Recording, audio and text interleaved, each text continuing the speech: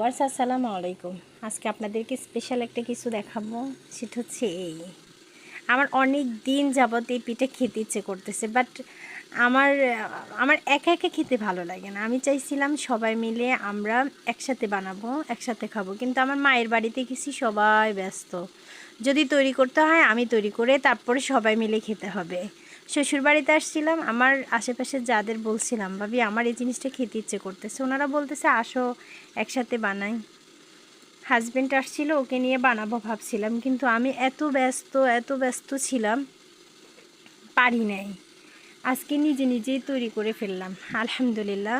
Rice কুকারে দিয়েছি, মাশাল্লাহ দেখতে অনেক সুন্দর লাগতেছে, তাই না? দেখেন অনেক সুন্দর লাগতেছে। শেষমেশ আমি বানাই ফেললাম, কারণ কিছুদিন পরে রমজান, ভাবতেছি খেয়ে হয়তো তৃপ্তি পাবো না, সারাদিন রোজা রেখে খাবার খেতে ভালো লাগবে না, তাই তৈরি করে নিলাম। ভাবছিলাম হবে কি না, আটাও নিজে করছি, কাইটা বানালামও আমি, নারিকেলও করলাম আমি, সবই আমি।